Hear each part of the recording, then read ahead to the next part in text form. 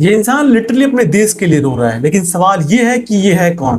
तो ये है क्यूबा के फॉरेन मिनिस्टर, जो अपने देश को यूएस के द्वारा लगे सैंक्शंस, एनर्जी ब्लॉकेट्स से बचने के लिए, सरवाइव करने के लिए दूसरे देशों से मदद मांग रहा है। लेकिन उसकी मदद करने के लिए कोई भी देश आगे नहीं आ रहा, क्योंकि यूएस ने इस देश पे सैंक्शंस लगा रखे हैं। अब सवाल ये है कि क्यूबा पे ये सैंक्शंस लगे क्यों? अब देखो, अमेरिका का मानना है कि क्यूबा रशिया का largest overseas signal intelligence facility host कर रहा है, जिसकी वजह से रशिया यूएस की नेशनल सिक्योरिटी की सेंसिटिव इंफॉर्मेशन गैदर कर रहा है। नंबर 2, क्यूबा हिजबुल्ला और हमास जैसे मिलिटेंट ग्रुप्स को सेफ हेवन प्रोवाइड कर रहा है और ईरान के साथ क्लोज टाई मेंटेन कर रहा है। एंड नंबर 3, क्यूबा में कम्युनिज्म काफी तेजी से फैल रहा है। एंड नंबर 4, जो क्यूबा में करप्ट रेजिम है, उसकी वजह से लगभग 8.5 लाख लोगों ने क्यूबा से यूएस में माइग्रेट किया था 2022 से 2024 के बीच। अब सवाल यह है कि यूएस गवर्नमेंट ये चीजें अभी क्यों इतनी हाईलाइट कर रही है? दूसरा सवाल, यूएस और क्यूबा के बीच का रिलेशन इतना खट्टा क्यों है?